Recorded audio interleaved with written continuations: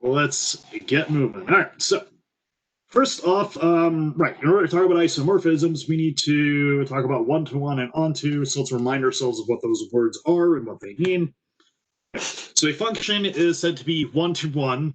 This is also known as injective. Um, if two outputs line up, that must mean the inputs line up.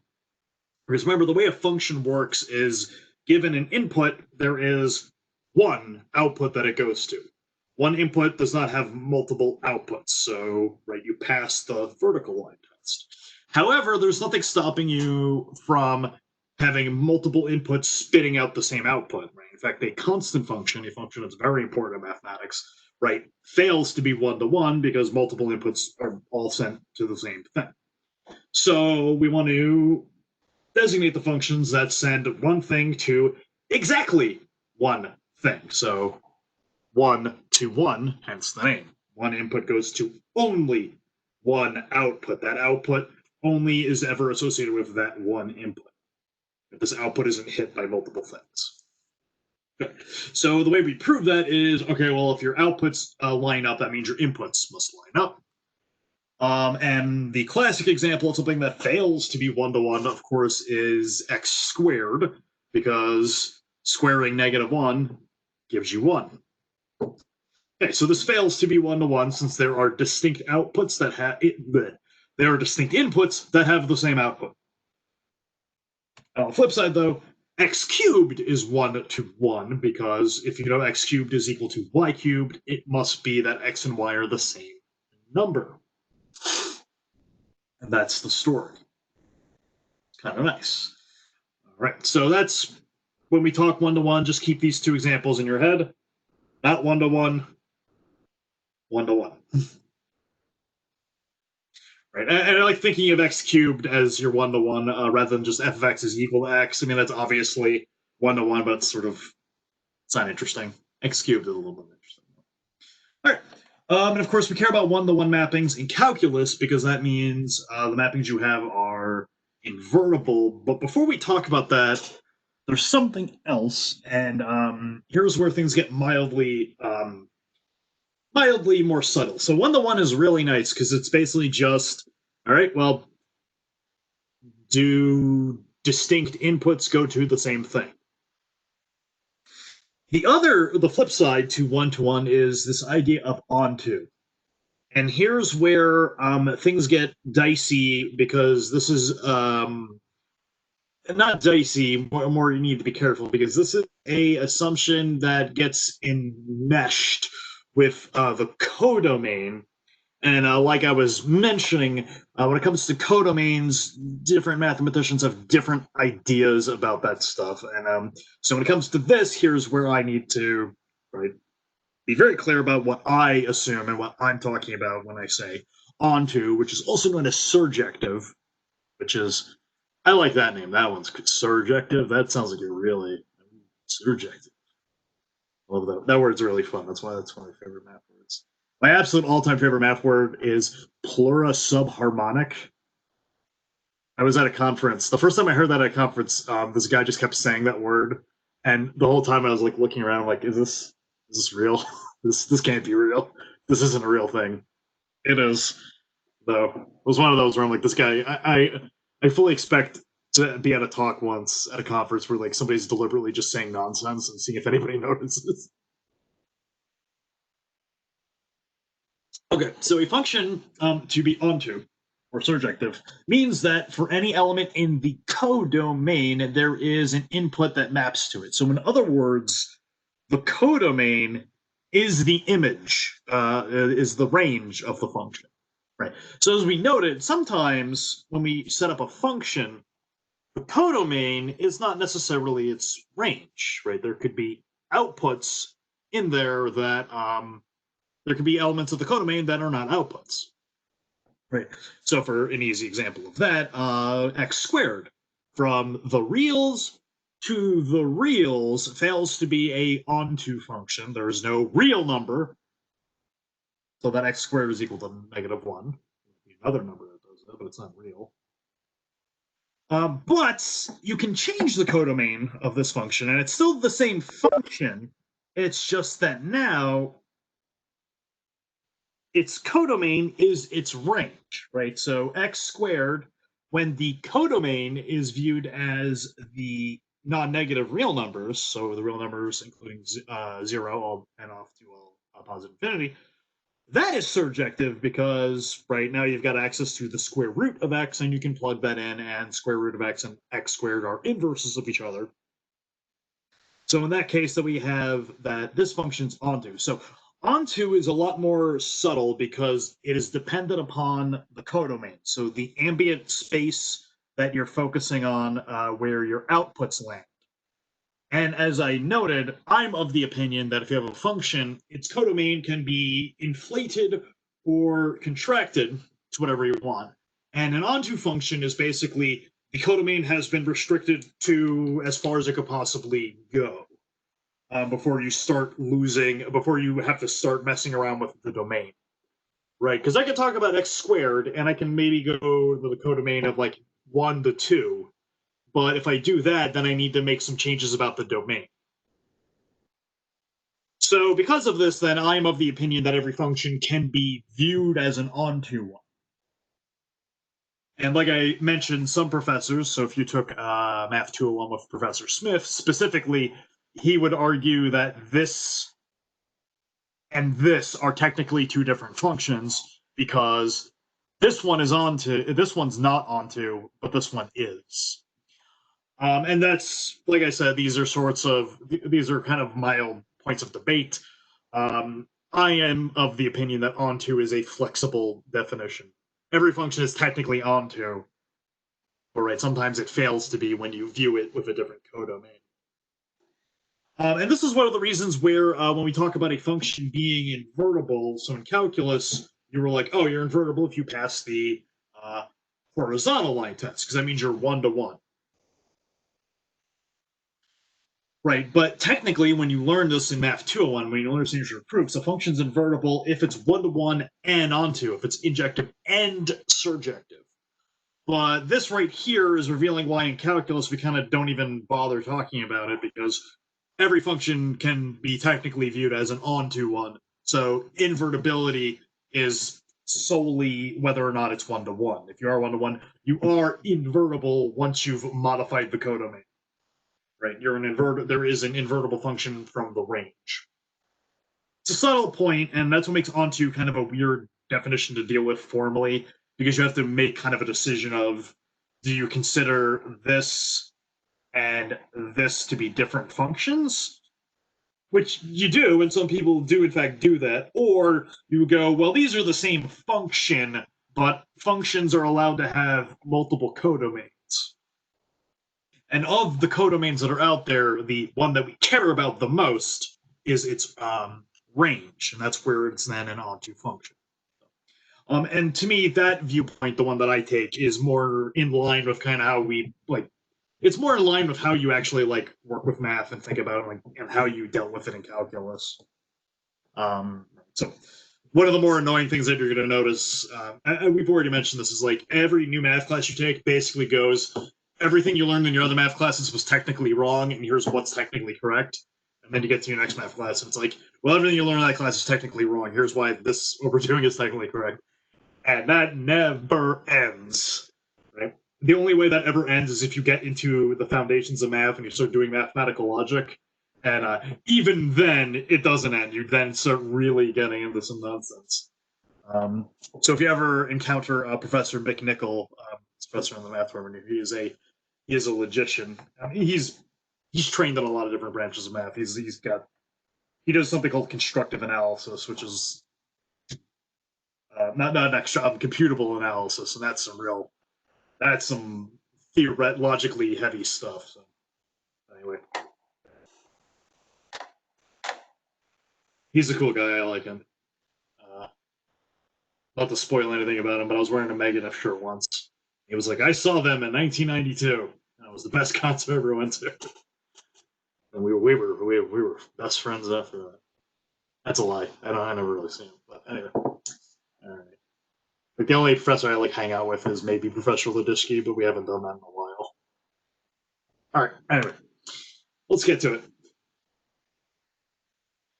Okay, so now that we've got one-to-one and onto established in terms of definitions, got the ins and the outs and what have yous, let's now focus applying these to the exciting world of linear mappings.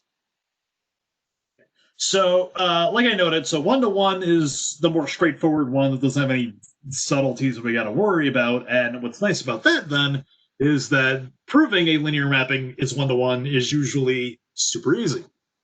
In fact, it is incredibly easy because a mapping that is linear is one-to-one precisely when its kernel is trivial. So in other words, for a linear mapping, if I want to determine that it's one-to-one, the only thing we need to prove is that the only time it's ever equal to 0 is when the input is 0. Right, so we noted that the kernel of a linear mapping is a subspace, which is a very useful fact, especially once we get the matrices coming soon. Now, verifying that a linear mapping is one-to-one is also incredibly easy because you just need to figure out that the only thing that does get sent to 0 is 0 itself. And the proof of this is really slick and super easy. And let's work through it. I'll talk about it, my own personal experience with it. So suppose that t is one-to-one. All right, we will now prove that the only thing that's in the kernel is the 0 element of v. Okay, so note, kernel of f is a subspace, and by f I mean t.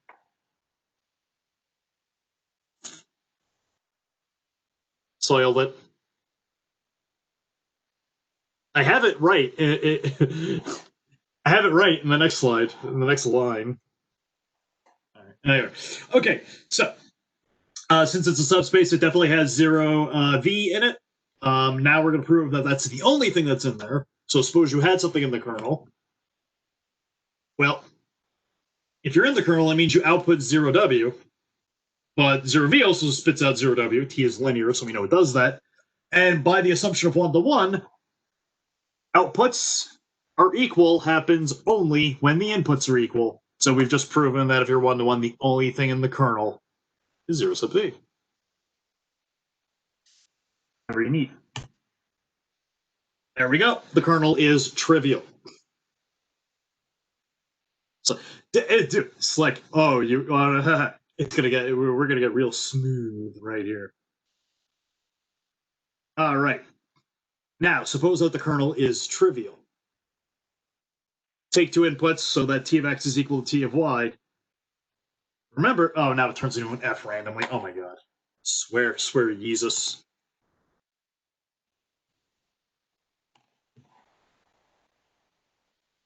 Okay. So now let's say we know that t of x is equal to t of y. All right. Well, t is linear, which means it breaks up over addition, and we also prove that it respects negation. So t of x minus y is t of x minus t of y. By assumption, those are equal, so then you get 0. That means x minus y is in the kernel, but the kernel's trivial. That means x minus y is equal to the 0 sub v, and thus x is equal to y. Boom, one-to-one.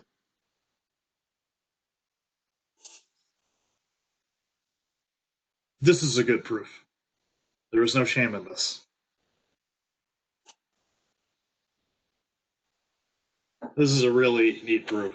So there we go. So verifying that a linear mapping is one-to-one is now, there's nothing, it was like no work. It's just like, yeah, the only thing that goes to 0 is 0. The end. And yeah. So like I promised, I discovered this on my own. This is a result of Super Famous. But when I was taking this class and we were talking about linear mappings, I was playing around, and then I, for whatever reason, I decided to remember what one-to-one is, and I was thinking about t of x equals t of y, and then when I subtracted it over in my head, I was like, oh wait, the linearity pulls it apart, and then you get, and then like the floodgates open, and this whole proof flooded into my brain immediately, and I was like, oh my god! And I was so excited, and I went to office hours. It was with Professor Fulton, who I've mentioned this class before, who was also on my PhD committee. So I went to his office hours and I was like, "Do you know this? Have you ever proved this before?" And he was like, "Yeah, this is known. This is like in every textbook." I was like, "Oh." I was real excited. I thought I actually like had proven something exciting. I'm like, "Yeah, no, this is everyone knows this." But that's a good thing. Right, there's no if you prove something and then you find out that it's known, that just means you're smart. That's that's what I tell myself. That was a piece of advice I got from another. I was at a conference for grad students once, and we were both functional analysts, and he was talking about these things called the Jensen measures, which I vaguely knew what they were, and he was like telling me about all this work he was doing with them. Yeah, it sounds really cool. And then he followed it up with everything I just told you was known in the '60s. I found all these papers that did everything I'm doing for my dissertation. This is depressing. And then we had to go like, well, no, that doesn't. That just means you're just as smart as those guys. Yeah.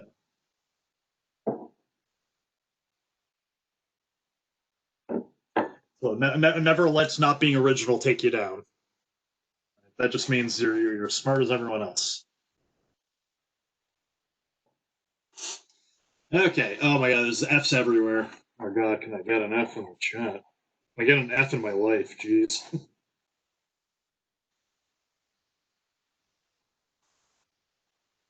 All right. So now that we've got a necessary and sufficient conditions for a linear mapping to be 1-to-1, it's worthwhile to get necessary and sufficient conditions for a mapping to be onto. And so again, onto means that the domain, the codomain coincides with the range. Because again, it's possible the codomains are different, but onto is forcing the codomain to be the range. And so as it turns out, and also it's worth noting that once you've established a codomain, that has to be a set that contains the range. If it does not contain the range, then it's not a codomain. Okay. So onto we have kind of not as much as you would want to be true. So for onto, first of all, note that we've made an assumption here. We are forcing the codomain to be finite dimensional. And as you're going to see, there's a reason we need to do this. And this is necessary. I'm thinking of the infinite dimensional example in my head. Yeah, it can have the same. Yes, yeah, and not be one. Yeah. So it turns out that again, we're primarily going to focus on finite dimensional vector spaces, but I'm trying to prove things in their most useful generality for you. But this is a case where you actually need the finite here on the codomain. There's a goofball infinite dimensional one that doesn't satisfy this. So. But for our purposes, this will be the main thing. All right. So let's now prove that onto is equivalent to the dimension of the range coinciding with the dimension of W. Right.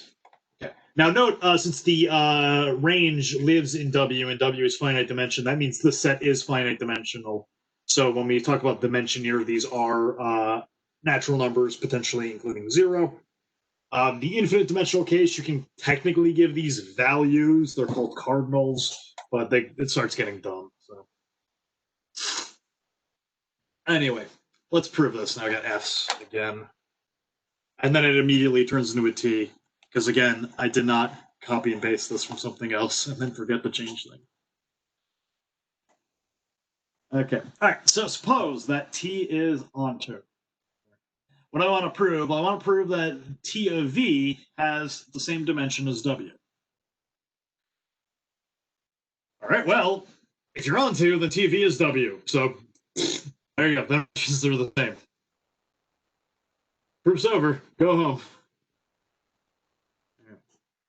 That's always a good one. All right. Well, let's now prove something else. All right.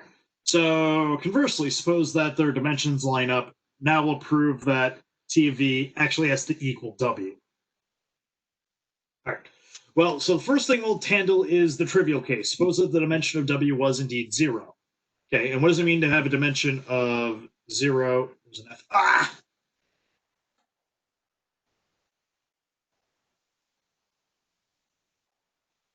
Where, okay. Come on. I'm double clicking it and it's not taking me to top left. Yeah, I know. Yeah, I see where it is. It's like in the tech background. Oof. All right. All right. So if W has 0 dimensional, that means W is trivial, which means it's the trivial subspace. Now, our hypothesis is that their dimensions are the same, so that would mean that the dimension of TV is also equal to 0. So that means they're both equal to the set, which means that the image and W are equal, and thus is onto. All right, so for the rest of the proof, we will go ahead and suppose that W is, in fact, strictly positive. And this is something we're actually going to do quite a few times today, and we'll finish these slides on Thursday. I don't think we're going to go through all of them today, but we did pretty good. This is something we're gonna have to do, and it's kind of an annoying thing, but we got to deal with it. So when it comes to dimension, every so often you got to think of the 0-dimensional things. And in that case, basically things just work in that case, but we still got to like do our bookkeeping or janitorial, our custodial sciences. We got to take care of that every so often. All right, cool. All right, so in the case when the dimension of W is 0, that means this is also 0-dimensional, which forces them to be the same set, and thus we're on to. Okay. All right, so let's suppose now that the dimension is strictly positive.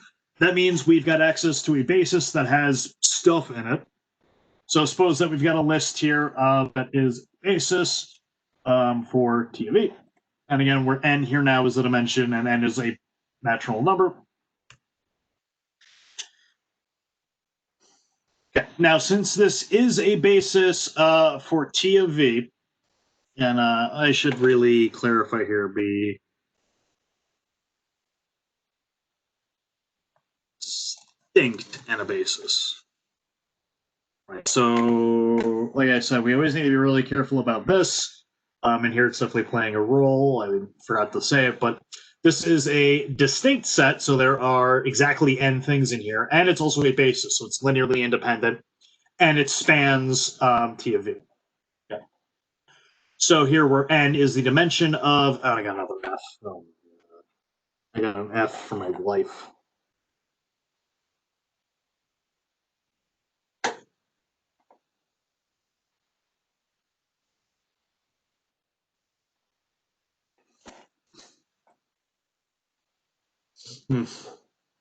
That's an accomplishment that I'm proud of, though. I did not ever get an F in college. Got a D minus. Didn't get an F, though. I got that going for me. All right. Anyway, all right. So this is a distinct set, so it has n elements in it, and it's a basis. And again, n here is the dimension of that set, which is the dimension of this. Because this is linearly independent and has exactly the dimension of W, we know that it then must also be a basis for W. Right? Because remember, if you are in a set that is spanned by finitely many things, like W is, the number of linearly independent things cannot exceed it. And if your number of linearly independent things equals it, then it must span the set. If it didn't span the set, then we can enlarge the linearly independent set, but that would then contradict the Steinitz exchange lemma. Okay, so that must also be a basis, and now here is going to be the key gradient. So let Y be an element of W. We know that it's then a linear combination of these Y's, because it's a basis for W. Each one of these Y's is a basis for T of E, which means they're in T of E, which means there are inputs that hit them, right? That's what it means to be in the image. And then by the linearity of T, Y is equal to this linear combination involving Y's. Each of the Y's are a T of X. linearity lets me unpull this apart, or if you're reading it manga style, right to left here, here the linearity applies. But right, it's an equality, so we can do it in either direction. And here we go, we now have an input that hits your output. So for anything in W, there is an input that T has that hits it. So the codomain is in fact the range, and thus T is onto. And there we go.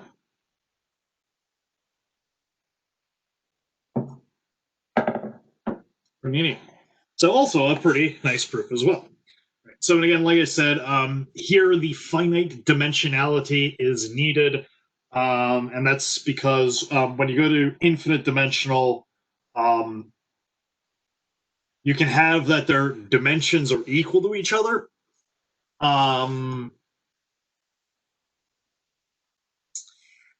But since it's infinite dimensional, you could start doing some dumb things. Like the easiest example for this is if you look at the set of polynomials and you look at the set of even polynomials. So the polynomials only have powers of n appearing in them. Those ones they have different dimensions, and it's easy to concoct a mapping that's linear and get you there, and it screws everything up. Anyway, that's all I want to say with that. So the finite dimension is needed here. Without it, this doesn't quite work the way you want it to. All right, so one-to-one mappings, onto mappings. We now have nice characterizations for linear mapping satisfying that. So now let's slap the two of them together. Okay. So a function from x to y is called invertible. We also call this formally invertible because saying that a function is invertible, there are multiple potential meanings for that, so you want to be careful. But for us, we can just say invertible and it's fine. But if we want to be real pedantic, you would call this formally invertible. If there is a function so that the composition of f and f inverse is the identity, or in other words, there is a function so that when I feed f inverse f of x, I get x, and when I feed f inverse of y, I get y, and this is good for all x's and all y's.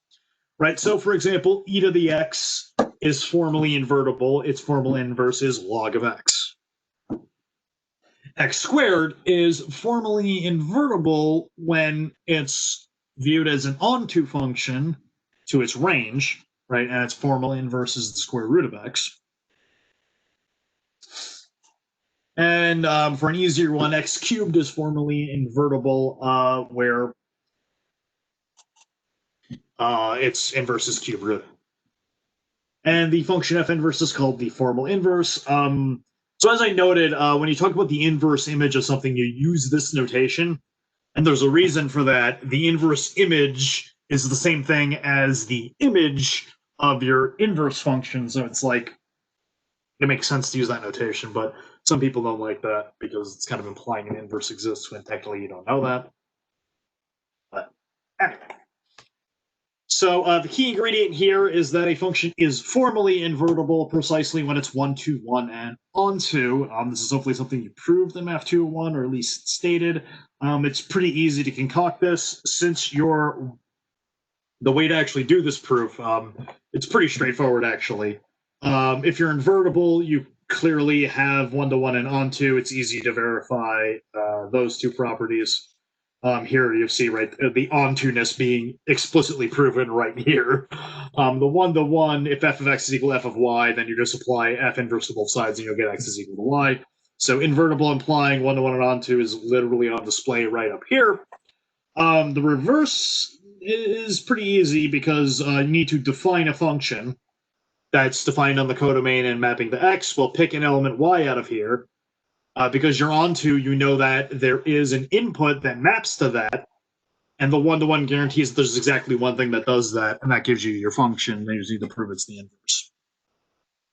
All right, and so here we see, right, why in calculus, when we talk about an invertible function, you only need to check vertical.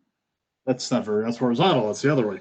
The horizontal line test and verify one-to-one, because every function can be viewed to be onto. You just need to change its codomain. So in calculus, we just go, well, is it one-to-one? Okay, it's got an inverse. The domain then turns into a questionable thing about what the codomain is.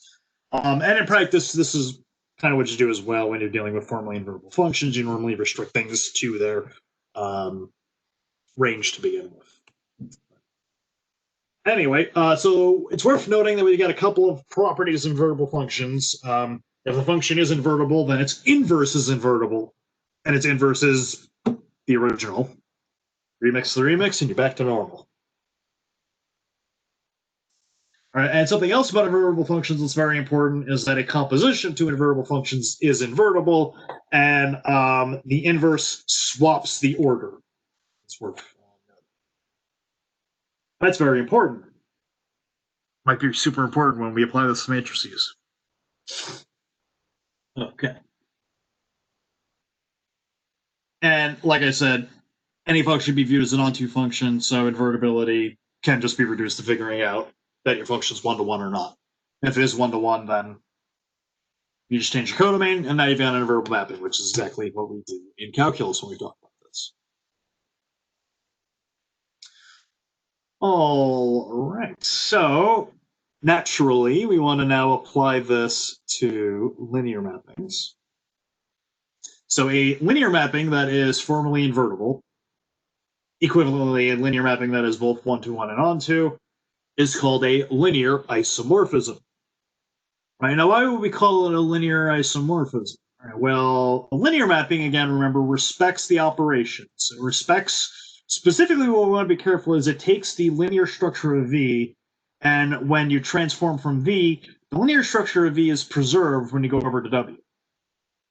Now, if you're one-to-one and onto, that means these sets are the same. They've just been scrambled and put in a different order, but everything in V goes to exactly one thing in W, and everything in W is hit by the onto-ness. But you now have a formal inverse. So T is linear, which means it takes the linear structure of V and embeds it into the linear structure of W. Now what we're going to prove is that the inverse mapping is also linear. Right? So if you're linear and you're isomorphic, that means you have access to an inverse function. No guarantee that it's linear off the bat. We need to actually prove that, which we're going to. And that then tells us that isomorphism is the correct name because since T is linear, that takes the vector space structure of V, places it in W. And if the inverse mapping is linear, that means the vector space structure of W can be pulled back to the vector space structure of V. So as vector spaces, they become the same object, even though they might present themselves in a completely different fashion. They are the same thing. Okay? And to help with this, here is the perfect example of isomorphism to forever keep in your brain. So I was at a conference, as always. I haven't been to a conference at a couple. Once Charlotte was born, I was like, that's it, I'm done. I've gone to a few, but I really haven't been too much. But anyway, so I was at a conference. This was at the Southern Illinois University at Edwardsville. Before he retired, Professor Yarosh would hold a conference every 4 years on basically functional analysis. So all the functional analysts would show up in Southern Illinois, and we'd all hang out and have a good time. And for some reason, so we're on campus. There's an Elvis impersonator on campus just performing because why not? And so we stopped to watch him. And this Elvis impersonator had a good gimmick. So like he was Elvis, but he recognized that Elvis was dead, and so it was really weird. It's like he was like, "I am Elvis, but Elvis is dead," and like so he was having a lot of fun with it. It was kind of interesting. I'd never seen, not that I've seen a lot of Elvis impersonators, but I never kind of like, oh yeah, an impersonator like recognizing that the character they're portraying is dead, but it's like it's weird. Anyway, so he's doing his Elvis thing, and so we stop and watch because like, yeah, there's an Elvis impersonator. We were between talks, so this is some entertainment. And then my friend Lausch Molnar, who's from Hungary, he comes up to me and he goes, "Hey, Chris, this is not Elvis." Which I'm like, "Yeah, I know." And he goes, "No, it's not Elvis, but it's isomorphic to Elvis." And I laughed very hard at that because it's an incredibly dumb joke that only absolute losers would find funny. Like, not even like a math nerd who knew it wouldn't even laugh at that. Like, yeah, whatever. But anyway, so if you're ever wondering what isomorphic is, just remember it's an Elvis impersonator. It's exactly what an isomorphism is. Some of them are better than others, but that's the idea. All right. So let's prove this now. So if you have a linear isomorphism, then its formal inverse is linear. So we know that the linearity takes the vector space structure of V and preserves it over to W, and now we'll prove that we can go in the reverse. So the vector space structure of W gets pushed over to the vector space structure of V, and thus they are the same structure, potentially presented in a different fashion. All right, and this is speaking of slick proofs, we've been doing some real slick ones today, and this is definitely going to be one of the slickiest of the ickiest. Right here.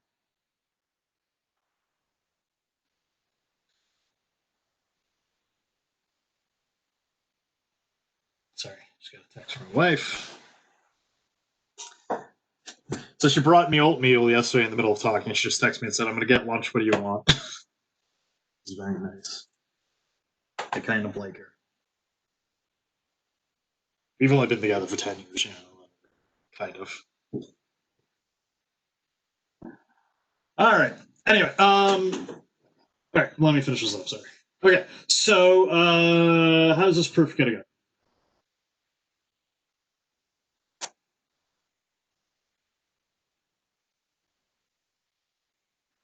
Okay, so we want to prove that T inverse is linear, which means that I want to show that a linear combination of things in W, when I feed them into T inverse, it is respected.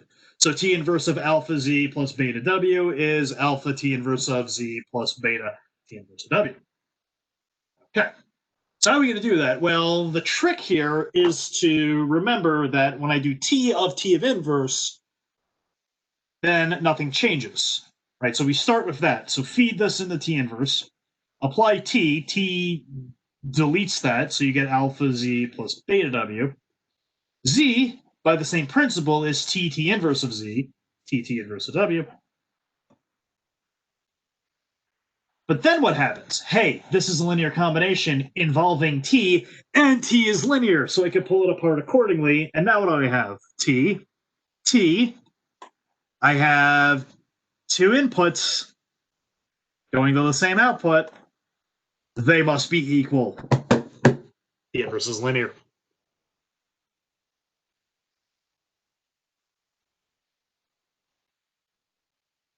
It's a good proof. These are all good. I love these. These are the kind of proofs that are really nice to me. They're buttery males.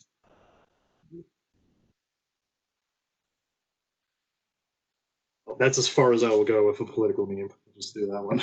Leave it there. All right. But anyway, right. Nice and slick proof. I like proofs like this, especially where like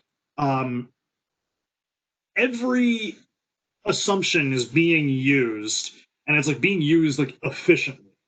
Yeah. Right. The one-to-oneness being used here to pull that apart, the linearity of T being used to get here, the onto letting me even pull this part off. Without onto, T inverse doesn't actually even exist. So it's real, like just every little bit is being used, and that's so like it's so cool, and it's being used in like such a natural way. It's like after you do enough proofs, you start like seeing these kind of proofs that are just like the puzzle pieces fit so perfectly, and it's like kind of a like there's kind of this argument about whether or not math is invented or discovered. It's kind of both, and this to me is one of those like discovery proofs in the sense that once you got the proof and you look at it, you're like, okay, this was going to be discovered eventually, right? In the sense that like all the ingredients are there and put together in a way. So it's like my best friend Joe, he always talks about like when you hear a really good song and you're like, this song always existed. It was just a matter of time for me to hear it. And he told me that once. You may have had too much to drink that night. And he said, and I responded like, man, that's just like proofs in math. Sometimes you'll see a proof, and you're like, it was just a matter of time until I saw this one. It was just there. I just needed to find it.